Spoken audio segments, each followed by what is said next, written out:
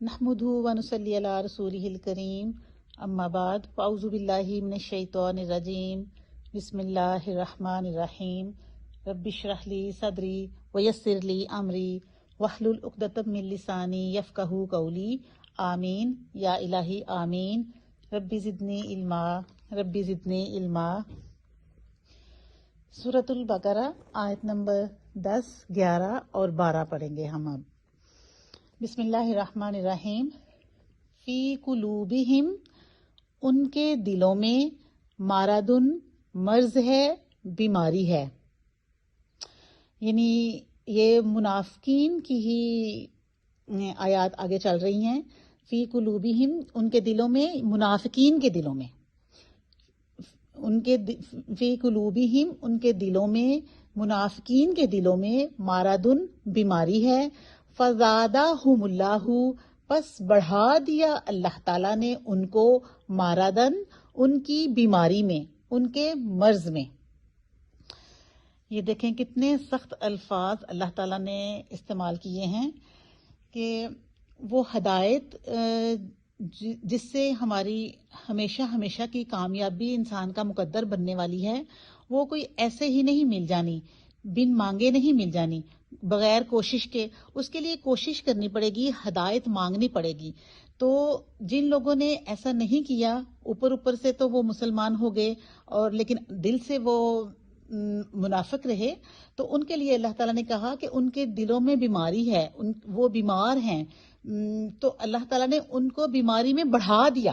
ایسا نہیں کہ وہ چلو چل رہے ہیں شاید آگے جا کے کہیں صحیح ہو جائیں گے، تو بلکہ ان کے لیے کتنی سختی سے اللہ تعالیٰ نے ایسا کہا، جیسے یہ رحمان، رحیم، کریم اللہ تعالیٰ کے نام ہیں، جس کے لیے ہم بڑے پرسکون ہوتے ہیں جن کو سوچ کے کہ اللہ کا شکر ہے، اللہ کا فضل ہے، اللہ بڑا رحم کرنے والا، مہربان ہے۔ لیکن وہ ساتھ ہی جبار اور قہار بھی تو اللہ ہی کے نام ہے نا۔ تو ان کے لیے اللہ تعالیٰ نے وہ اپنے نام ان کے حساب سے ان کو مخاطب کیا کہ جب تم لوگوں اپنے دل سے بیمار ہو تو آؤ، پھر تم لوگوں کی بیماری کو اللہ تعالیٰ نے بڑھا دیا ہے ان کے لیے، بلکہ ان کے دلوں پہ مہر لگا دی اور ان کے لیے توبہ کا دروازہ بند ہی ہو گیا۔ دیکھیں اللہ تعالیٰ کتنا بے پرواہ ہے کہ وہ بھیک نہیں مانگ رہا کہ ایمان لاؤ، مسلمان ہو جاؤ، بلکہ اللہ تعالیٰ تو تڑی لگا رہا ہے کہ آؤ پھر تم لوگوں کو یہ جو دل میں بیماری رکھی ہوئی ہے، تم لوگوں نے منافقت کی، تو میں اس کو بڑھا دیتا ہوں۔ فزادہم اللہ مارادا، پس بڑھا دیا اللہ تعالیٰ نے ان کو ان کی اس بیماری میں۔ وَلَهُمْ، اور ان کے لیے ہے، عذاب علیم المناک، یعنی دردناک عذاب ہے، اور ان کے لیے دردناک عذاب ہے۔ دردناک المناک عذاب یعنی جو کبھی بھی جس کے درد کی کیفیت کبھی بھی ختم ہی نہ ہوگی۔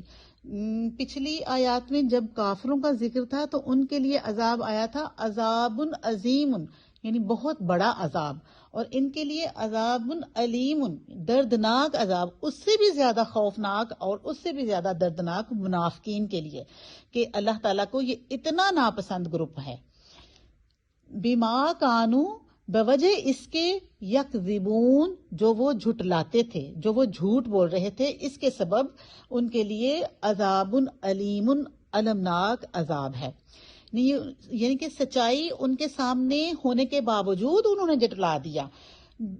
ان کی کتابوں میں یہ نبی پاک صلی اللہ علیہ وآلہ وسلم کے آنے سے پہلے ان کے تورات میں، زبور میں، ان کی انجیل میں لکھا ہوا تھا، ان کو بشارت ملی ہوئی تھی کہ نبی آخر الزمان حضرت محمد صلی اللہ علیہ وآلہ وسلم آنے والے ہیں۔ تو انہوں نے جانتے بوجھتے، ان کو پتا تھا، پھر بھی جانتے بوجھتے انہوں نے چونکہ جھٹلا دیا، اور اب یہ سامنے جھوٹ بول رہے ہیں، آپ کے سامنے آ کے کہہ رہے ہیں کہ ہم مسلمان ہیں، لیکن حقیقت میں وہ کافروں سے بھی ملے ہوئے ہیں، ان کے سامنے جا کے کہتے ہیں کہ ہم تو آپ کے ساتھ ہیں۔ تو ان کے لیے بما کانوا یکذبون، اس جھوٹ بولنے کے سبب اللہ تعالیٰ نے ان کے لیے المناک، دردناک عذاب رکھا ہے۔ وَإِذَا قِيلَ لَهُمْ، اور جب قِيلَ لَهُمْ، ان سے کہا جاتا ہے، لا تفسدوا، نہ تم فساد کرو، فی الارض، زمین میں، قالو، تو وہ کہتے ہیں انما نحنو، بے شک ہم تو ہیں، مصلحون، اصلاح کرنے والے.